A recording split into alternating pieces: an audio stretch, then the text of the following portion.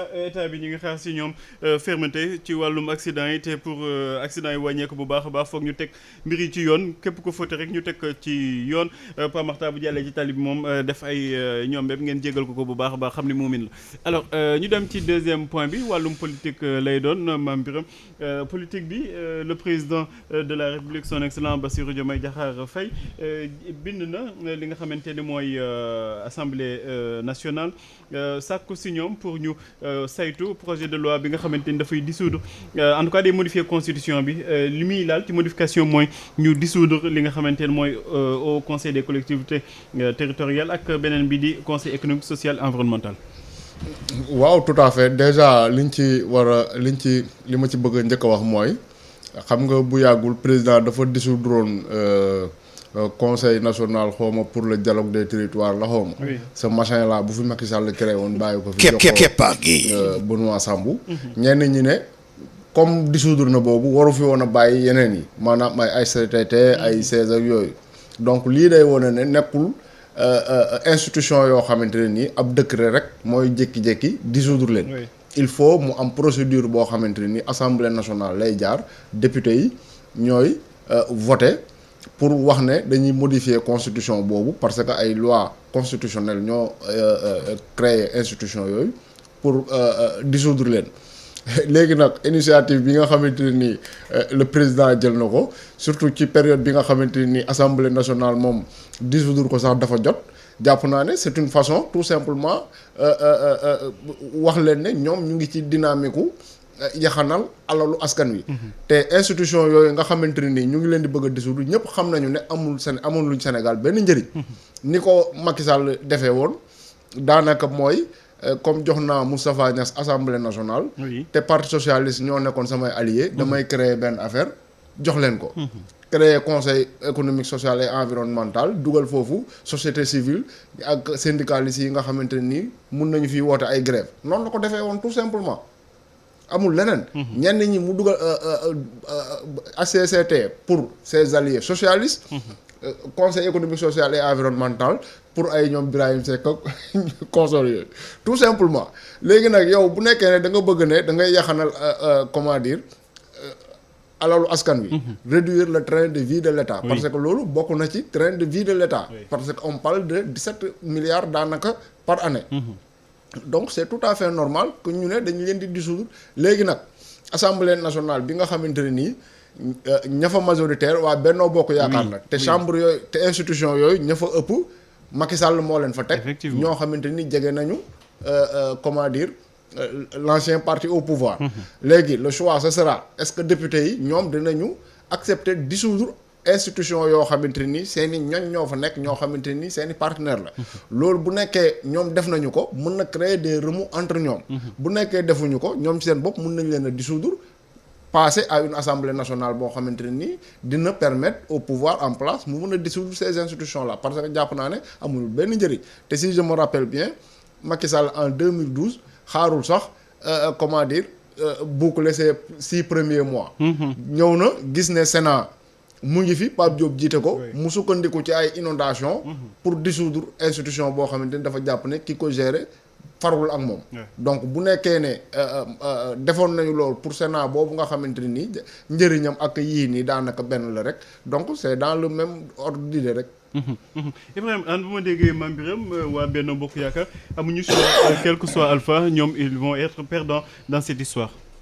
Oui bon affaire bi moom dafa mel ne y a un jeu politique bu xaw a bu graw pour ne pas dire politicien.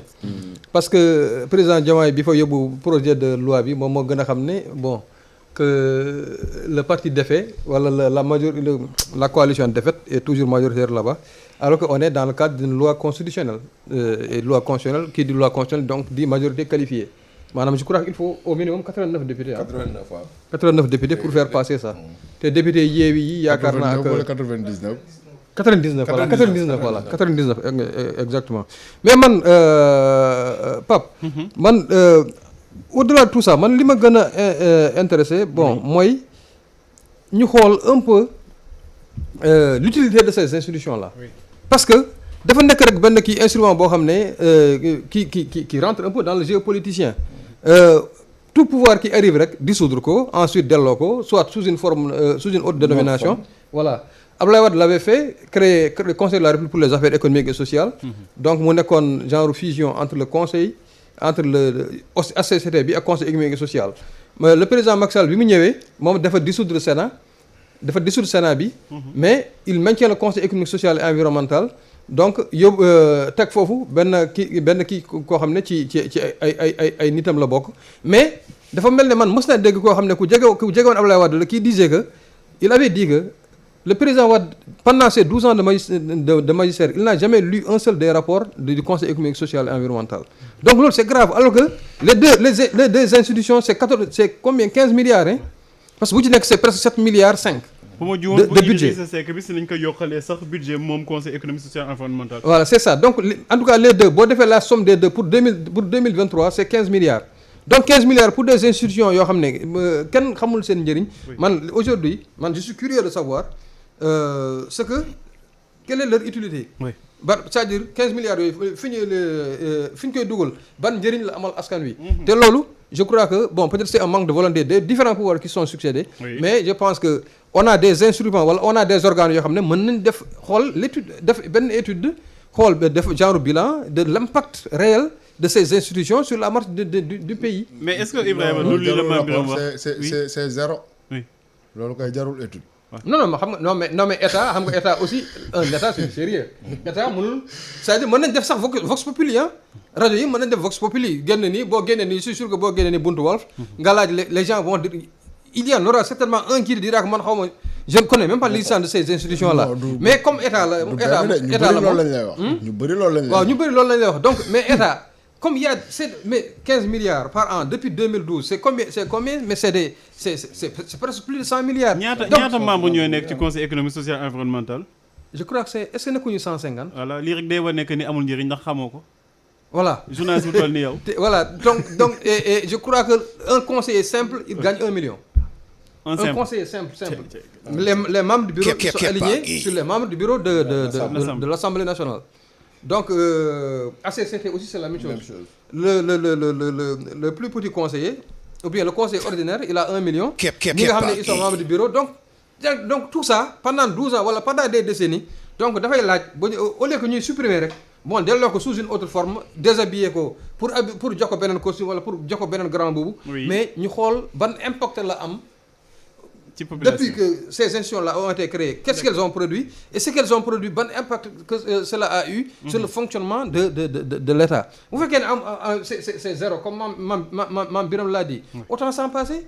Autant s'en passer parce que nous, je crois que là on a copié la France, mais on l'a copié dans le mauvais sens. Parce qu'en France, le Conseil économique, social et environnemental ëpp na utiliser ñun bii parce que bii moom benn kii de recasement rek la. À preuve. Quand le président Macky Sall quand il mook Idriss Seck bu ñu jubóowee ba nas li ñu nas noonu. Macky Sall daf ko jaraloon sax dax ko koo xam ne moom moo ko gënoon jege mooy Mimi Touré pour installer fa Idriss Seck. Quand Idriss Seck bi mu demee ba mook Macky Sall jubóowuñu ci affaire mandat wala affaire yooyu. Mais Idriss Seck a quitté donc Macky Sall jëlee Abdoulaye Daouda Diallo indi ko foofu. Et la preuve encore que cette institution là c'est benn genre succursale la rek. Bon boo xam ne amul benn njëriñ. Moi que le président est nommé par décret du président de la République. C'est le président de la République qui prend son décret, qui le signe, qui nomme le président. C'est lui aussi qui nomme les autres conseillers. Bon, peut-être on dira sur présentation, sur proposition. Mais quand on propose, il est libre de prendre, tout comme de ne pas prendre. Maintenant, c'est le communiqué de Ousseynou Ly qui a dansé un peu plus vite que la musique. Je ne sais pas si ça se trouve dans le décret, mais le président moom tamit daa dem ba xaw a outrepasser un peu ses prérogatives. Notamment en fixant la date de la réunion du conseil de l'Assemblée nationale. Alors que c'est pas de sa prérogative. Le président li mu mën mooy prendre un décret de convocation de l'Assemblée nationale. Maintenant c'est le bureau de l'Assemblée ñoom ñooy réunir ne demain la ñuy def kii réunion commission des lois, réunion, voilà, la navette parlementaire. Maintenant, l'autre ça leur appartient. Bon, peut-être c'est pour la critique de forme, je crois que c'est ce que j'ai vu dans le communiqué. Maintenant, j'ai pas lu le communiqué, le décret en intégralité. Mais si fait que le communiqué n'a fait que reproduire ce qu'il y a dans le décret, il y a eu ce que les administratifs appelleraient un excès de pouvoir. d'accord sa question rhétorique bi am na solo posé nga ko sa bopp tontul nga ko sa bopp di utilité boobu les conseil économique social environnemental alors ñoom ñi falu tey jii di président Bassirou Diomaye Diakhar Faye Ousmane Sonko yàgg nañuy wax que institutions yi non seulement dañu budgétivore mais dañu inutile tey jii bu ñu demee ci sensu tas ko jëlee ko fii est-ce que nekkuñu di respecter seen engagement bu ñu jëloon laata élection yi Pape Sané. en tout cas ñaari institution yooyu sax man du ma bëgg sax da leen wax institution waaye comme ci sunu kii nañu bokk sunu organisme institutionnel. waaye ñaar yooyu daal je crois Mame Birame ak Ibrahima wax nañ ko seen utilité bu doon am na peut-être ci ay jamono conseil économique peut-être ci ay jamono dans les années 60 amoon na utilité. daanañu gis rapport yi mu doon rendre daanañu sax gis séance yi ñu doon def. séance publique yi nit ñi ñëw di fekkee comme assemblée nii di déglu wax mais actuellement ni nga ko waxee bu ñu doon def vox populi taxaw fii waxuma sax fii ci biir kër gi rek am na ñoo boo leen laajoon na naan loolu mooy lan donc ça veut dire beaucoup de choses donc moi je crois que aujourd'hui à l'état actuel des choses dañu war a essayer de moderniser un peu la République te pour moderniser la République il faut que ñu ut des moyens yi nga xam ne day méngoog ñun lu ñu bëgg suñuy aspiration comme ay conseil économique social HCCT jàpp nañ ni que jàpp naa sax man que c'est des institutions extrêmement budgétivores yi nga xam ne amalul impact askan bi nañ ko jël teg ko fële et qu'on réfléchisse davantage sur les moyens de renforcer l'Assemblée nationale parce que tamit il le faut c'est-à-dire bu dee dañ nar a éliminer ces institutions là bàyyi fa une assemblée nationale bi nga xam ne daanaka day nekk une caisse de résonance donc on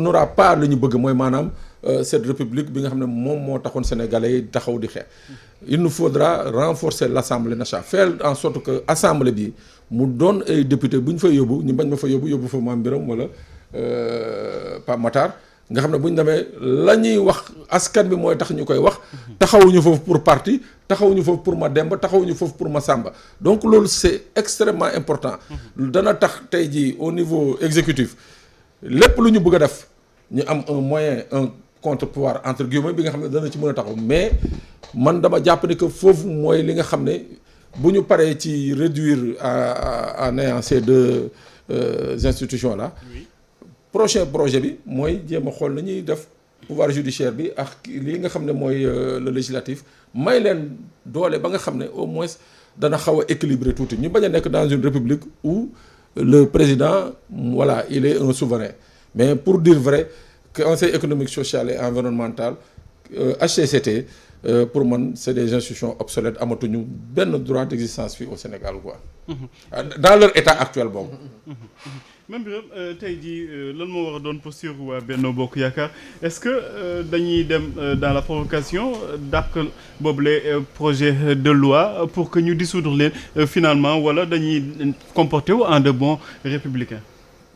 bon république de toutes les façons bon républicain ne xam naa ne Abdou Ba woote na réunion dirigeante nañu bàyyi ba xool lan la ñuy communiquer rek de toutes les façons jàpp naa ne nekkul lu leen waroon a bett. quand même lenn kay lañ doon xalaat ndax président dina jël initiative boobu tout en sachant que assemblée nationale ñoo fa majoritaire. mais dafa tombé ci période boo xamante ni assemblée nationale bi dissoudre ko dafa jot. léegi est-ce que ñoom. xëy na li ñuy xalaat mooy suñu dissoudre institution yooyu kat président dinañu fi bàyyi ba décembre ñu voté budget yeeg yooyu mën nañu xalaat loolu tamit jàpp naa ne calcul bu mën a payer la. bu ko defee tout ñoom ñooy certes majoritaire mais ñu ànd ak les députés ñu comprendre que ne ça c'est des institutions yoo xamante ni bu doon am nañu njëriñ comme ni ko ñenn ñi di xalaatee du nekk da ngay def micro trottoir pour laaj sénégalais lan lañ ci xalaat ñoom ñooy nekk fa ñu nekk yëg ne institutions yi kat ñu ngi dox parce que ñu ngi taxaw. ci ñoom seeni soxla ak seeni bëgg-bëgg malheureusement tel n'est pas le cas donc bu ñu demee ba ñoom ñu d'accord ne comment dire président Macky Sall moo fi tegoon institution yooyu mais jot na comme ñii ñu ngi koy laaj ñu dissoudre leen ñu ànd ci loolu xëy na mun nañ leen fee bàyyil assemblée nationale mu voter budget loolu moom lu war a mun a nekk la d'autant que assemblée nationale bi même boo ko dissoudre jàpp naa ne 90 jours yi ñu lay may mënul la permettre réforme yi nga xamante ni war nañ ko def ci processus électoral bi mais ñu def ko ci Pape Sané mu ngi wax sànq ñu gën a dooleel assemblée nationale gën a dooleel député yi mais pour man assemblée nationale am na doole député yi am nañ doole mais ñoom ñoo ñu ci bëri bokk ñoo nangoo nekk ay mouton te ku nekk mouton loo munti def mënul fexe ba mu changer ñoom ñooy dem foofu dinaan ay ñëwuñu fi pour peuple bi dañ fi ñëw pour le président que président lu mu indi duñu ko lire dañ koy voter directement ñoom ñoo ko wax ñoom ñoo nekk assemblée nationale tamit di wax ay waxu dóorantey jaaseeg ay yóbbu ñuy géej sànni leen faak lu ne donc bu nekkee ci wàllu texte kese député yi seen solo kenn du ko natable ñoo xamante ni yow dañ ne la loi yow yaa koy voté budget bi yow yaa koy voté yow yaay contrôler action gouvernement bi xaalis bu ñu la voté am nga possibilité nga contrôler ndax fañ waxoon ne fa lañ koy dugal ndax dugal nañ ko fa mais pouvoir mënul weesu loolu ba pare tegal la ci que assemblée nationale am nga immunité lu la fa neex nga wax ci sa wàllu liggéey dara du la ci fekk mais kooku am nga doole léegi nag yow soo décidé ne da ngaa bëgg a nekk xar mais loolu kenn mënu si dara population yi kay xëy na ñoom ñooy jàpp ne am na yeneen genre député yoo xamante nii ñoom la ñu soxla yenn farceurs yi suñu ñëwee dinaan leen voter leen ma ñëwee ñu bañ leen a faale rek tout simplement. Ibrahima Anne tey jii waa Benno Bokk posture bi Mame Birame Régal ñu adopté nga leen di conseiller boo leen doon conseiller mooy que ñu voter la dissolution de ces deux institutions et jox seen bopp peut-être benn voilà espoir pour que ñu bañ a dissoudre Assemblée nationale. man daal li may conseiller mooy su may conseiller daal li may conseiller ñoom ñaar ñëpp mooy pouvoir bi ak opposition bi parce que dañu war a dialoguer rek. Et l'Assemblée c'est le lieu par excellence du dialogue. Keroog quand ils ont voulu ils ont pu. mooy que quand affaire déclaration politique générale quand on s'est rendu compte que le règlement intérieur avait des failles. Donc en 2, 3, 4 jours ils ont réglé le problème ba yaakaar naa ne la loi est dans le circuit. De promulgation ou je ne sais pas en tout cas de validation. Donc comme mën nañu loolu. Mais fii aussi nañ ci discuter rek parce que en 2000 quand Abdoulaye Wade est arrivé au pouvoir il a trouvé une majorité hostile mais ils ont collaboré Pape Sané je crois si ma mémoire ne flanche pas. moo que la majorité sociale. Abdoulaye Wade boobu du woon ay Abdou Mbow ak ay. Koura Macky de. Et la majorité socialiste de l'époque. Bon il ne faut jamais désespérer de l'humain quoi. Donc boobu collaboré nañu ba des budgets sont passés là je crois que assemblée bu nekkoon na fii ay 1 an. wala 1 an et plus. Donc fii aussi. parce que fii le risque je crois que y a un député qui l'a soulevé l'autre jour. Oui. C'est que on va vers le vote du budget je crois que Mame Birame l'a insinué dans son intervention. Mooy que pour boo dissoudre assemblée bi il te faut 90 jours au maximum. 60 jours au minimum pour organiser boo organiser. Tout le temps que ça prend ba ñu valider l'élection ba ñu installer les députés ça peut prendre du temps donc loolu yëpp mën na impacter un peu sur le vote de la loi de finances et si ça impacte sur le vote de la loi de finances ça peut impacter aussi sur le vécu quotidien du Sénégalais. Donc je pense que on doit tirer les leçons de cette histoire là. ñoom ñaar ñëpp ñu dialoguer xool li nga xam ne moom mooy njëriñu askan wi. ñu def ko li nga xam ne aussi c'est nuisible au kii ñu bàyyi ko et loolu li ko mën a indi rek mooy waxtaan. te l'Assemblée comme je l'avais dit tantôt c'est le lieu par excellence vraiment du dialogue quoi. di la jaajëfal bu baax a baax Ibrahima Anne di la jox rendez-vous kañ lundi.